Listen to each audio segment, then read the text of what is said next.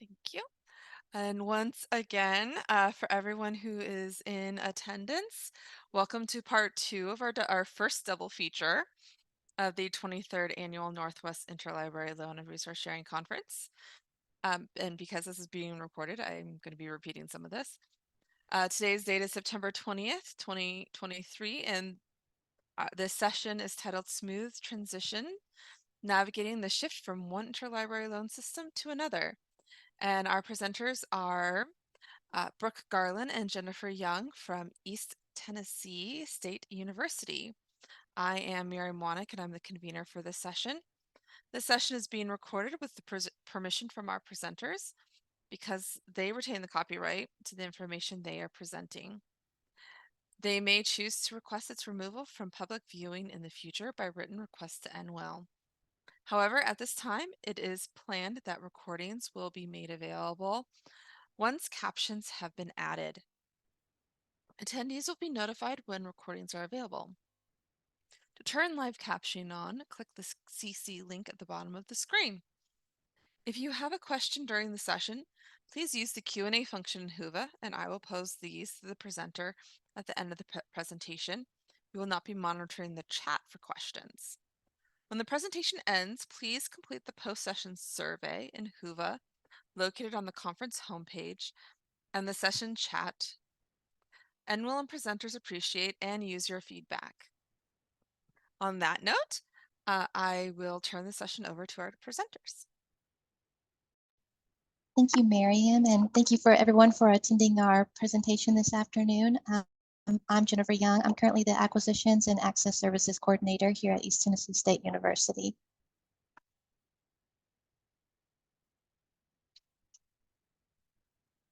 Hi, and I'm Brooke Garland. I'm the Interlibrary Loan Supervisor here at ETSU as well. Okay, just a few quick facts about ETSU. We are a regional public institution with just over 14,000 students. Around 1/3 of the students enrolled are first generation. ETSU also employs just over 900 faculty members and offers over 160 academic programs. So we'll start out the presentation by discussing why we decided to switch systems. Just like so many other libraries, we are experiencing a stagnant budget, so cost savings was a big factor. We were able to take advantage of an Ex Libris end-of-year incentive offer, which resulted in a significant savings on ILL software for us. We also loved that it was a cloud-based platform. Remote work during COVID cemented how much more difficult a client-based system was than a cloud-based. We had to all remote into our work computers during that time, which required additional setup by our IT staff during what was already a stressful time. We also were already Rapid ILL customers. We had a great experience with that service. Rapid ILL changed our article delivery turnaround times from 3 days to 13 hours and resulted in a lot of positive feedback from our patrons regarding the interlibrary loan service.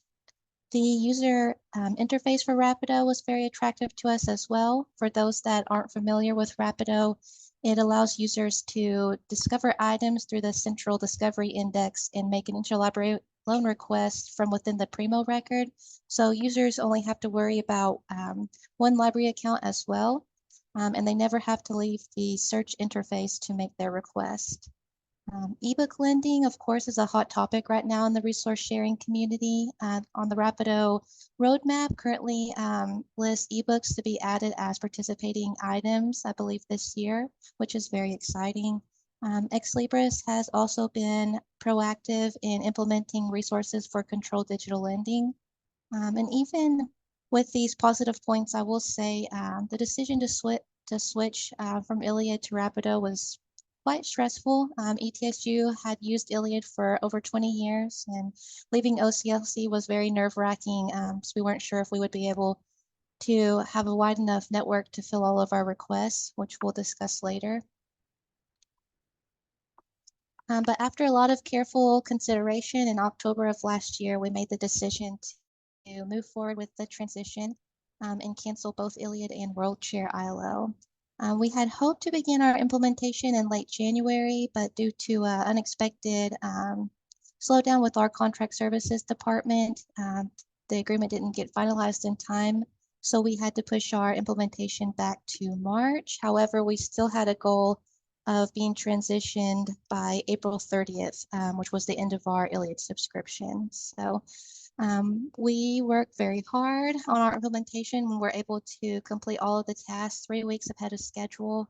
And we went live on May 1st. So essentially in one weekend, we turned off ILLiad and turned on Rapido. And I'm happy to say that we didn't have any issues with that. The transition went really well for our users. They began immediately using Rapido to submit their requests, and we did not have any reports of user struggles with the new system. We were able to pull off a smooth transition without ever stopping our borrowing services. To help with the transition, we sent out notifications to our ILLiad users, letting them know that a transition was coming in the future and the dates for that. We did inform them that they would lose their ILLiad request history and offered to provide it to them as an Excel spreadsheet if they would like. We did have 2 of our faculty users take us up on that offer. We gave updates during library meetings to keep everyone up to date about the implementation. We also presented demos on the user end so that all of our library faculty and staff were aware how to help users once we went live. We created a how to use Rapido guide and posted it in advance of the transition for users. So they were able to see the interface and what to expect on May 1st. Before losing the access to ILLiad, we exported all of our outstanding requests so that we could make sure that we could keep track of them outside of the system. We were hosted by OCLC, so we also backed up the articles still on the server to keep for the 30-day period, which I'm glad we thought of this step because we did have several patrons reach out needing their articles because they were unable to download them after we lost access to the server. We did continue to have access to WorldShare ILL until June 30th, but stopped using it for borrowing on May 1st.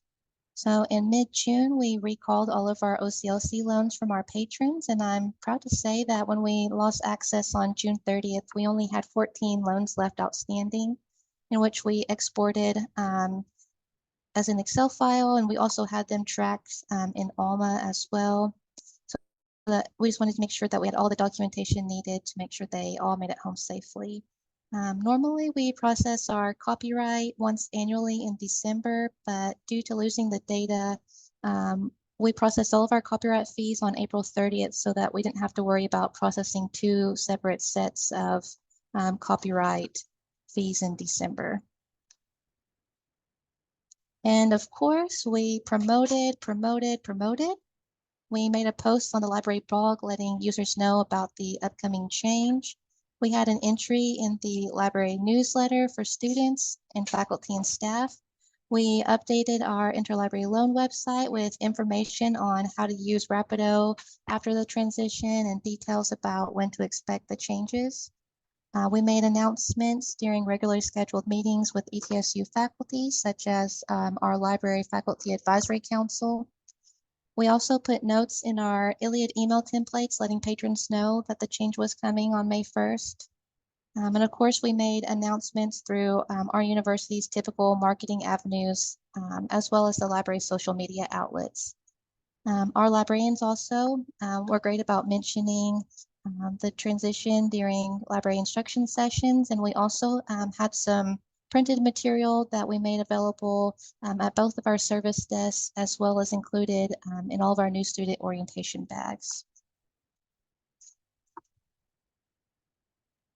Okay, so some of our advice for implementing a new system, our number 1 tip is to read all of the documentation and then read it again. It will certainly help if you make it all the way through the documentation rather than thinking, oh, these first steps sound easy, let's go ahead and do them.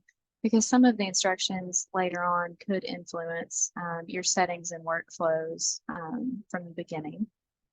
We also went outside of the products documentation we were able to find, shout out to CSU, they had a wiki that had a lot of helpful tips for using Rapido specifically and setup. So you can always look outside of the products documentation as well. Just to be truthful, testing can be difficult. We personally don't have a sandbox environment here with our ALMA. So the testing that we had to do, we did think that none of it was live. We had a few surprises and a few slipped through because of some different settings that were turned on, but that all turned out fine. So it's important to test, obviously, anytime you have a new product to try to lessen those patron issues.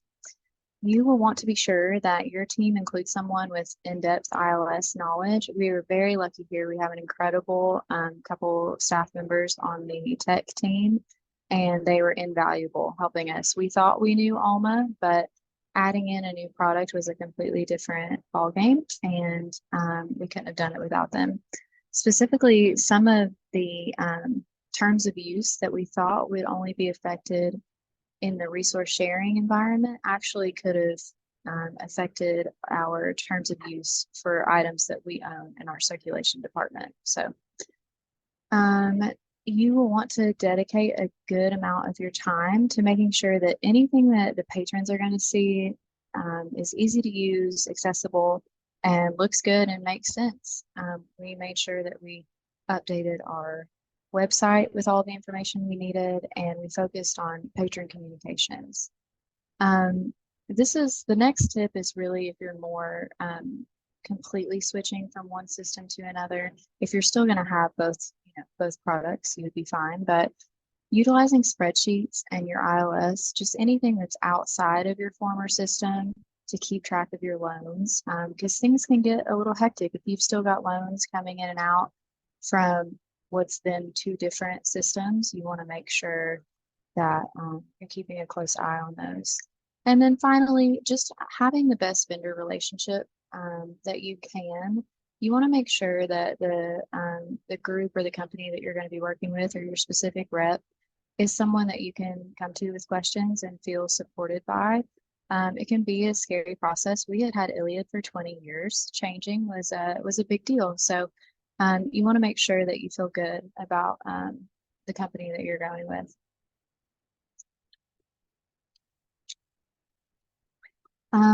The policies and workflows for your interlibrary loan practices. Switching to a new system is an excellent time to look at your old workflows and policies and see if the new product allows you to maybe change some of those up. Also, once we kind of stopped comparing how the new system worked to our old one and just focused on the capabilities, that was what helped us really hone our workflows. It can be tempting to say like, well, we did it this way in the old system, but that's just may not be how it works, and it may work better in the new one. You just have to figure out maybe a different staff person handles it or things like that. One example, we used to hold patrons. We have not held our patrons, excuse me. We would hold books for our patrons until the due date. But now where we have so many loans and so many books on the hold shelf waiting to be picked up, we have decided to give patrons 30 days to come and pick up their loans. So that was a different policy for us. We've also started experimenting with textbook borrowing. We used to just say, absolutely not. And this semester we're giving it a try. It's a new system. Let's see how it goes and what we can do. It's also a really good time to look at your staff workload assignments and just staff duties, job distribution. We moved some things that we used to handle as staff to our graduate assistants. So it's just a wonderful, I know I've said it 3 times now, but it's such a good opportunity when you're switching to a new system to really evaluate how your entire department works and your policies and things like that. With that being said, if you change your policies and your workflows, be ready for surprises. And you know what? Not all surprises are bad. They were just surprising and different and new. Some specific examples, just to give you an idea of what we're talking about. We realized literally a couple days ago, we got a book in physically. It had been a physical book request we sent out. And when I went to process it, we realized that that request was already in a completed status. When I went to see why it had updated, it is because the patron had received an entire ebook scan for the physical one that they requested. We then performed a search to see if that happened with any others, and we pulled almost 30, I want to say 20 or 30, I don't remember, but we just weren't expecting that. And none of our patrons have emailed to say, oh, I got an ebook, I really wanted the physical, which if they did, of course, we could just send that back out. So I guess they're happy with it. And, we'll keep an eye on it and see, but that was surprising and new and different. Canceled for being past the need by date. So with our former system, whatever the need by date was, it was easy to just move that request back to its former status if the patron still needed it and get it checked out and processed. We did not realize with Rapido specifically, the field on the form where the patrons could put the need by date, we have a lot of patrons, particularly undergrads, that will put that they always need everything the next day, even if they truly don't. We didn't realize that those requests were being auto canceled once they passed that date without an email or a staff notification. So we realized that, and it was a simple fix. We removed the field from the form and we asked them to then put it in the notes instead, which wouldn't trigger that cancellation action. ALA books arrive unexpectedly. Jennifer's going to talk later about that ALA process, but if a library doesn't update us that they have shipped it, we may have moved on to another lender and then the book shows up in the mail and that's a surprise. Another was that in Rapido, it's called sets. It's similar to queues in ILLiad, but there were not out of the box sets and there weren't recommendations in the documentation for resend notifications or for overdue lending requests. That also was an easy fix. We just made sets for those things and now we can monitor them. And then finally, not all of the letters are mentioned in the documentation for the product, which may be similar for basically whatever program you're going to. They're just not, they can't physically write every situation that could ever happen. One specific example is I was assigning tough requests to Jennifer. Anything I can't find, I would leave her a little note. And I put assign to her, which is a function in Rapido. And then it had a checkbox and it said email the person you were assigning it to. And I was checking that box all day long. I thought, great, she's getting these emails that I'm assigning these things to her. Not realizing that that is the letter that you have to turn on first for that functionality to work. So all of these things, we've set up new workflows, like I mentioned before, and now we're good to go. Speaking of letters, I had mentioned earlier, it's just really important, whatever documentation you're sending to your patrons, however you're communicating with them, spend a good amount of time customizing those. You want them to be helpful and accurate. It used to be that you had to have a lot of extensive coding knowledge, specifically in Rapido, to change your letters and templates. They have since come out with an update that has made that much simpler.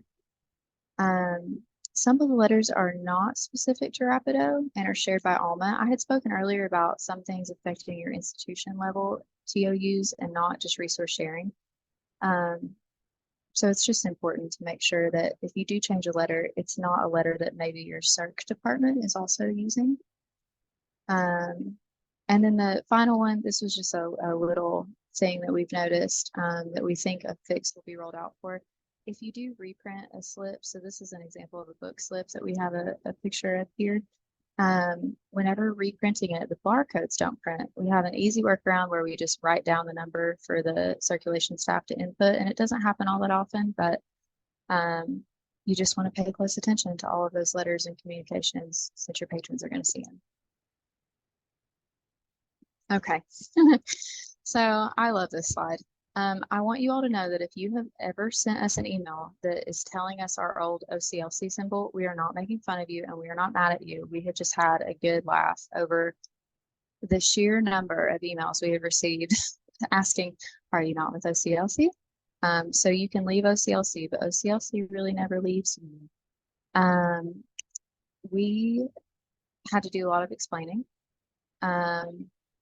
to other libraries to let them know why we were using an ALA form and that we had not lost our minds and that everything was going to be okay, and that we could do this. We could work through email and it was going to be all right. So if you are one of the many ALA partners that has partnered with us or received an email from us and thought we lost our minds, thank you so much for partnering with us and still lending. We really appreciate it.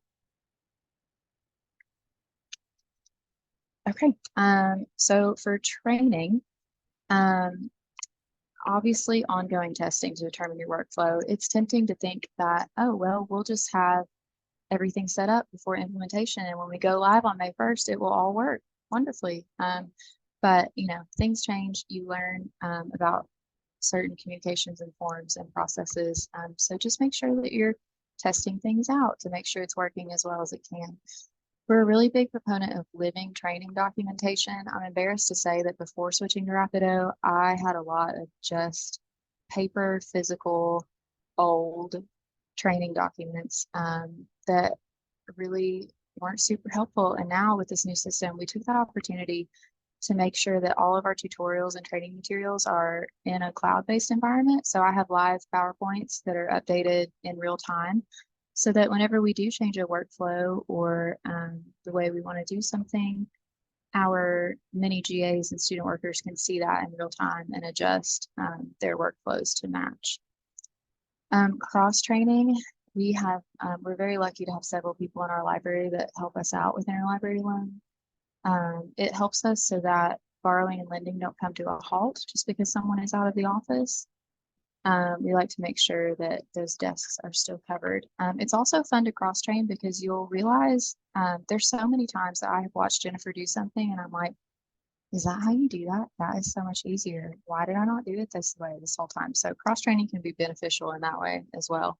I learn stuff from our student employees every week, it feels like. You'll want to make sure that you utilize the vendor supply material. You don't have to reinvent the wheel. They typically will have training materials for you and videos. A caveat to that, the training videos are probably going to be pretty basic. They may not deal with more difficult requests or situations. And then finally, breaking up the training into digestible phases. The way that we like to do it here, especially introducing a new product, Jennifer and I personally really didn't hand over any pieces of Rapido for, I'd say, the first couple weeks to a month. We wanted to make sure we felt comfortable with it. And then for our staff and student employees, we typically will just show them one new set or workflow at a time. We make sure they feel good about it, and then we'll add on, you know, a new task. Successes, yay. So our borrowing requests since go live are up. You all may be wondering how much. We've got some slides that we're going to talk about for our statistics. We have improved our lending workflow. Our lending staff member used to have to use our ILS, ALMA, and ILLiad. Now she can just do it all in ALMA. It's much more helpful for her. We connected with our first ISO partners. Shout out to you all. Thank you so much. An ISO partner means that we've connected with their ILLiad for our request to flow in seamlessly from Rapido. We have built up our ALA partner email list, which we're very proud of. We're currently up to 330. It might be 331 because I added somebody new this morning, but we're excited about that. We have customized our sets. The ones that come out of the box are pretty standard. So we're really pleased that we now feel good about the ones that we've customized for the best workflows that we can have.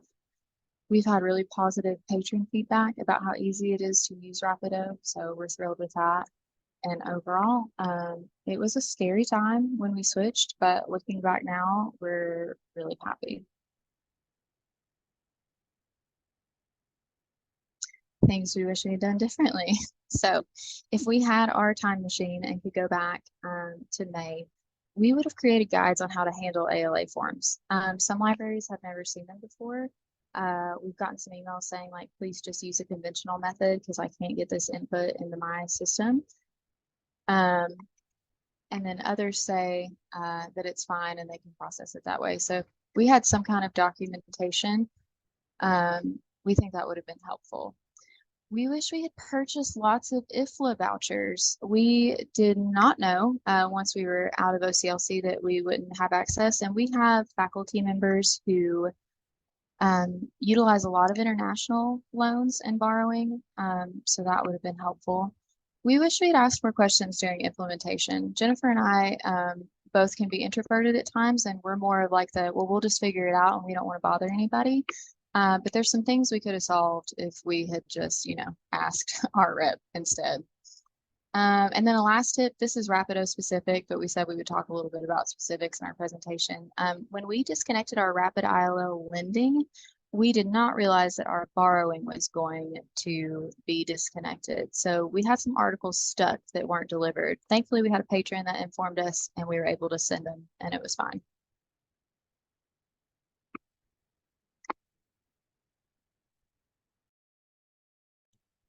Okay, as mentioned by Brooke, overall, we're happy with our transition. The automation for the requests that are filled through Rapido has been wonderful.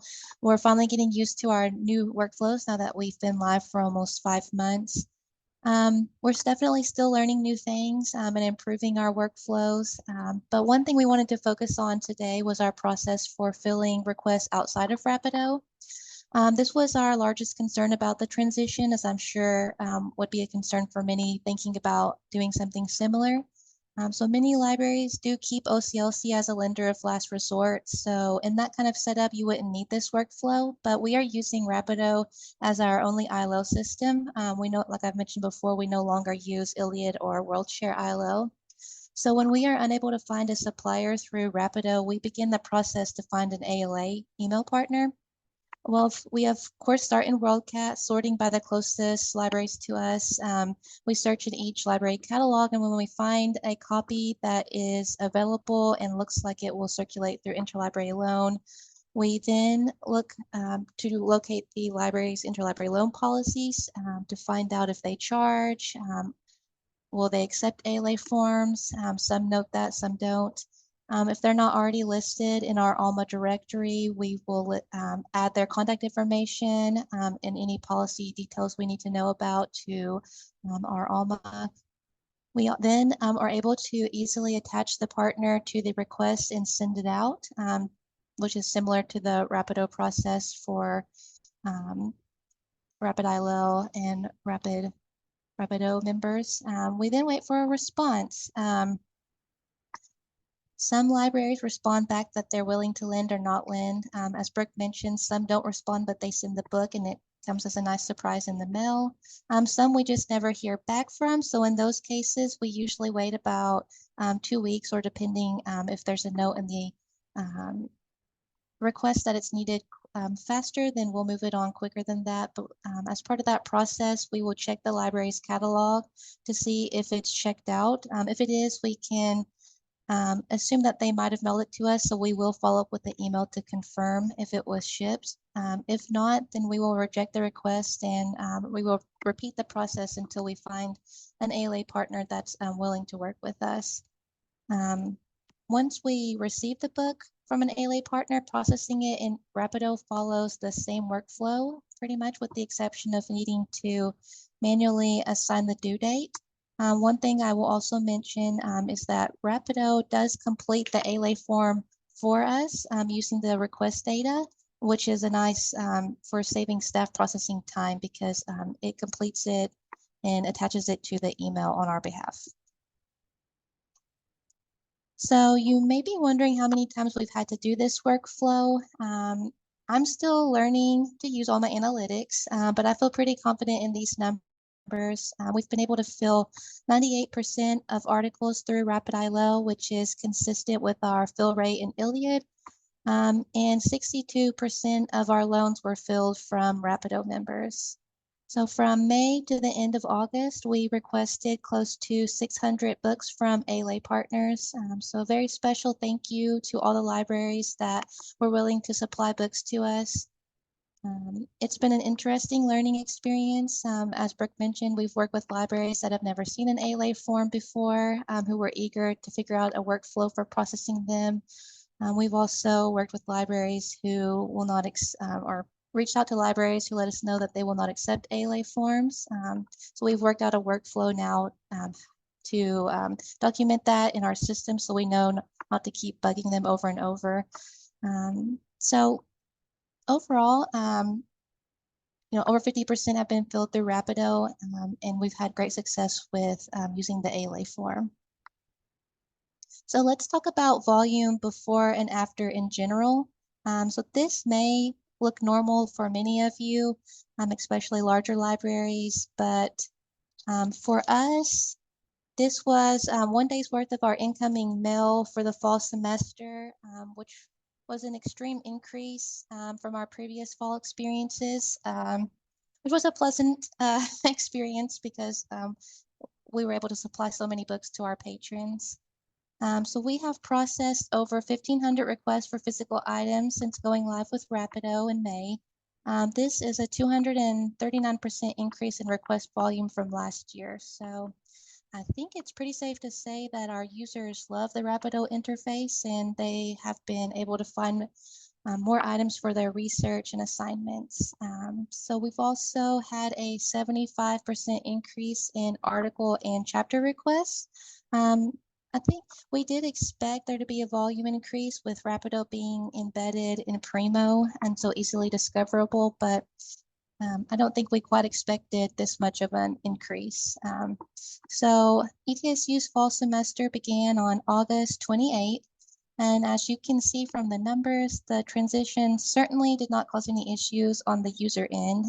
It has been a bit of a struggle this fall on the staff side, keeping up with this level of volume increase. As Brooke mentioned, we're still working to cross-train our staff on the borrowing workflows, and we're also still figuring out some of the workflows and system specifications. But the user feedback overall has been overwhelmingly positive, so that helps get us through the days when we feel like we're never going to get caught up. So we'll take a quick look at our lending stats. We are receiving less physical requests since we are less discoverable, but overall lending has stayed fairly stable. We have received a few ALA forms as well, and of course we're happy to fill them. I'll also say our unfilled here for the May to August time period is likely inflated due to a periodical shifting project going on in our library. So a lot of the items we've had to cancel were not because we were lacking them, but because we physically could not reach them. So I do expect once that project is finished up for that number to go down significantly, since I believe the information Rapido is supplying is more accurate on our holdings. Okay, so we touched on several of the hardships in this presentation, but as we've mentioned overall, we've been happy with the transition. A few things we wanted to mention that we love about Rapido has been the improved user experience. The long loan periods and the fast shipping from our Rapido partners has been wonderful. On our first week of our GA, we thought it would be a while before we had anything to train her on for Rapido, but within 2 days, we had some books already in the mail to process. We love the automation for the books that go directly into Rapido and Rapid ILL without being touched by staff. The ability to create and customize sets has been wonderful. We also like the global index for easily enriching request data. And I think one of our favorite parts has been the copyright management features. We can very easily catch requests for max number of items for a journal or percent of a material for copyright review. It's also helped us with catching duplicate requests, which now we're wondering how many duplicates we were sending out through ILLiad that we weren't noticing because it's been quite a few. And since Rapido is new and part of the Ex Libris product family, there are monthly improvements that they continue to enhance the system. So that's been great as well. But of course, there's things that we don't love, which was true with ILLiad as well. But specific to Rapido, we haven't found the training videos to be as comprehensive as we'd like, but as Brooke mentioned, that's to be expected that they would be very basic. Some of the letters and forms are used for multiple purposes and have hindered us from customizing them in the way we would like to. Processing so many ALA forms has been time consuming, but as more libraries join Rapido, that will become less and less of an occurrence. And currently users can't see their full request history in Rapido, but I believe that is an upcoming enhancement. So that's an issue that will likely be resolved in the future. And while we are used to it now, we aren't in love with the document delivery workflow. But now that we've been doing it for several months, it's moving closer away from the things we don't like list. So just a real quick, we thought for those who aren't familiar with Rapido, we would give a quick glimpse at it. So this is the user interface. In Primo, the user can see an item in the search results, request via interlibrary loan, in which you can see why we have had a volume increase, because then they get this big, wonderful box in the Primo record showing them the options for requesting via interlibrary loan, and who would not want to hit that get it button. So then a form pops up and they're just able to submit it on. This is the blank ILL form, which looks, very basic, just like any other interlibrary loan form you would expect. One thing we really love is the ability for users to keep an eye on their requests in their library card. So this example, you can see that when it was requested, when it was in process by the lender, and when it arrived for delivery. And it's very similar for physical items. We love that it shows the download expiring date. We had an issue with ILLiad with patrons not downloading it in the 30-day period. So here they're easily able to see that how many views they have left and when they need to download the article by. This is the SAF side. If you know Alma, it looks like Alma. It's been very easy to use. Most of the information we need is very easily seen right on the first page. You can click in for more details. That's the staff interface. And we will end with information on how to partner with us. This is our contact information, libloan@etsu.etsu. I'm sorry, at edu. Ways that we can connect is through Alma resource sharing. As mentioned, we can connect ISO with ILLiad libraries, and I believe in the future, hopefully TAPASA and WorldShare libraries will be able to connect via ISO as well. And of course, we're always happy to fill via ILLiad interlibrary loan forms. So with that, I will open it up for any questions.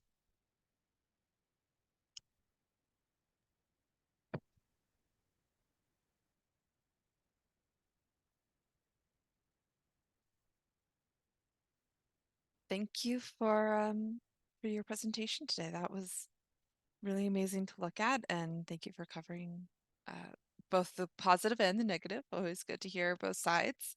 So you have quite a few Q&A questions in Whova.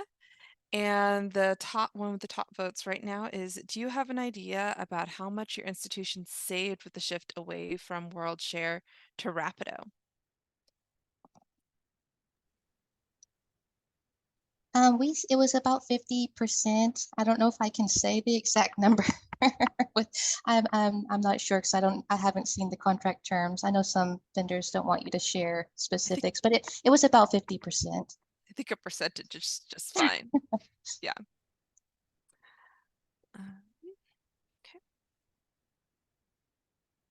Okay. Has the transition had an impact on the amount of, well, you did kind of answer kind of half of this. Has the transition had an impact on the amount of requests you are able to fill or the turnaround times? We are one of those libraries who will not give up on a request unless we have made it all the way to the other side of the world and back. We have not had an increase in the number of requests that we've canceled. We have sent out a lot of ALA request forms. So I think we've had less filled in our main system, but not less filled overall. Even with the volume increase, we did have with our textbook policy change, quite a few textbook requests come in, but I think that would be standard for those not to always be filled. But for non-textbooks, we have not had an increase. And as far as turnaround times, Rapido books come very fast. Like I mentioned in the presentation, we received some in 2 days. It was lightning fast. The last time I ran our turnaround report, I think on average they're coming in about 7 days, which I think is pretty good. But if you factor in our ALA partners, then the turnaround time is 10 days. Okay. So is that an increase or about the same as what it was before? In ILLiad, it was, I think our last stats, it was 13 days turnaround time for physical loans. And articles is the same because we were using Rapid ILL before, so nothing has really changed with that. It's just what system it's importing into now. Mm-hmm. Okay.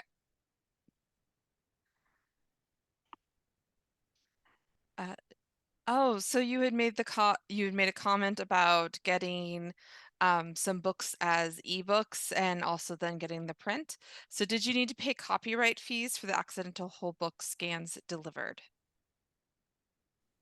Yes, that only happened on one request where the physical book came in as well, which is what alerted us to it. And I actually just mailed that one back because the patron was happy with the ebook instead. So they only got the one copy. But that is a great question for future that we'll have to consider for sure. We'll have to, and we'll notice when they come in because then the request is in a status of completed. So we can ask them, either or. Okay.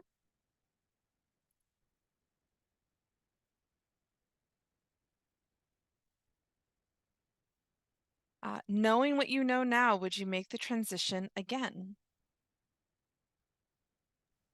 That's a good question. I think so. Um, it's been tough at times, but I think that's true for any system migration. But overall, we've had a great experience, and as Brooke mentioned, we've been able to make some great customizations with our sets that have improved our workflows. So it's been interesting and different, but that's good at times. I will hop in and add to that if given the option to keep both systems, would our lives have been easier? Sure. But sometimes you have to make tough calls for budget and service reasons and what works best for your institution. So yeah, I would say I'm happy overall with the transition. But yeah, it's been challenging at times, and we've just tried to be open and honest about that with everyone to give them an idea as well. Mhm. And what do you do when you can't find what you need through Rapido? And I'll even add on top of that. And I'm going to use also on top of that, like my institution also sends out ALA forms, what and how now, and we pay through IFLA vouchers. So now I'm also thinking about what about things like IFM and stuff like that? Is is that something that exists with Rapido? It does not with Rapido because all Rapido libraries agree to lend for free to each other, Mm, so we don't have to worry about paying each other. As far as our ALA partners, we pay by invoices. Um, yeah, we don't get there's no IFM or anything like that. okay. And I will say, if we have exhausted Rapido and ALA, we then look into purchasing options. Okay.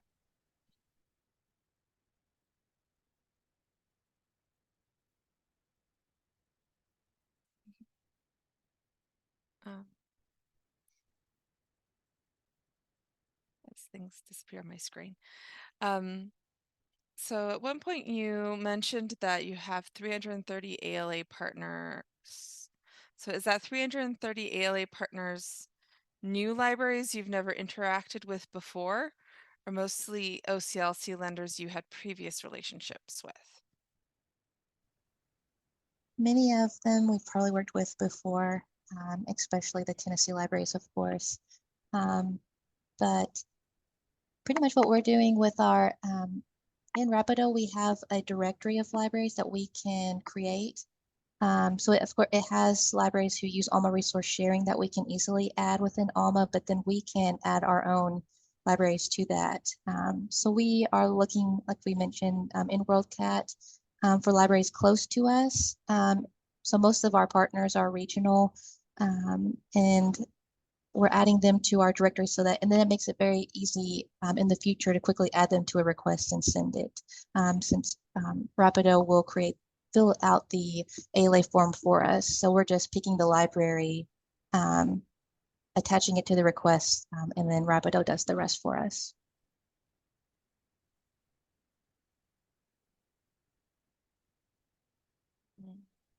Kind of answered that one.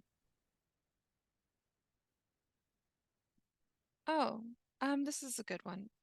Do you use a mediation rule to stop duplicate requests, or is it just you're noticing them more? So we have a combination of both. There are mediation rules that you can set up in Rapido, but for the copyright, it's kind of its own rule system. It's got its own section in the configuration. And so it is a copyright rule that we have set up to catch the duplicates, and it has been working really well. It's been incredible. We're really, really grateful for that feature because that's something that we were performing manually in our previous system. Great. And I'm going to ask one more question. Are you submitting ALA forms electronically via email, or do you go through institutions' websites if they have their own forms?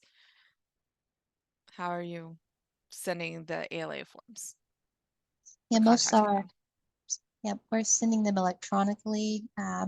So there's an email that's generated within Rapido. We had to customize it because it was very robotic, and I think it was getting deleted by a lot of libraries because they didn't know what it was. So now we start it with hello at least, so it seems like a human. But it didn't. It felt. I've said this a few times, so I apologize for repeating it. But the ALA form is attached to that email. And then we do hear back from some libraries that they prefer that we use their ILLiad lending page. So then we just update our records in the ALMA directory and include the login information that we need so that we know in future requests, we'll send them that way. And some we're able to find that when we're looking for their policies that they prefer that. It's been it's been interesting going through the different libraries' web pages to see what's available and not available about lending to other libraries. So we've done a little bit of both. It's just the preference of the library, how they want to work.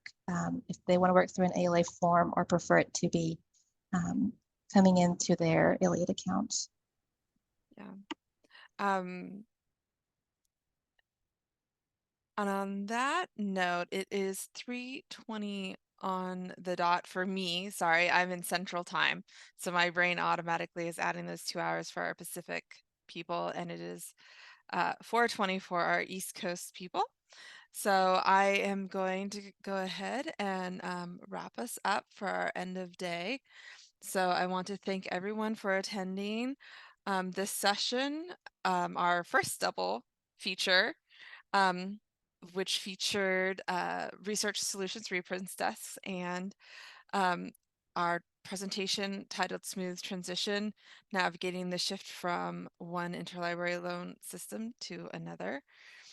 And please fill out the post-session survey for our second half of that session, our community session, which can be found, the link can be found on the front conference page.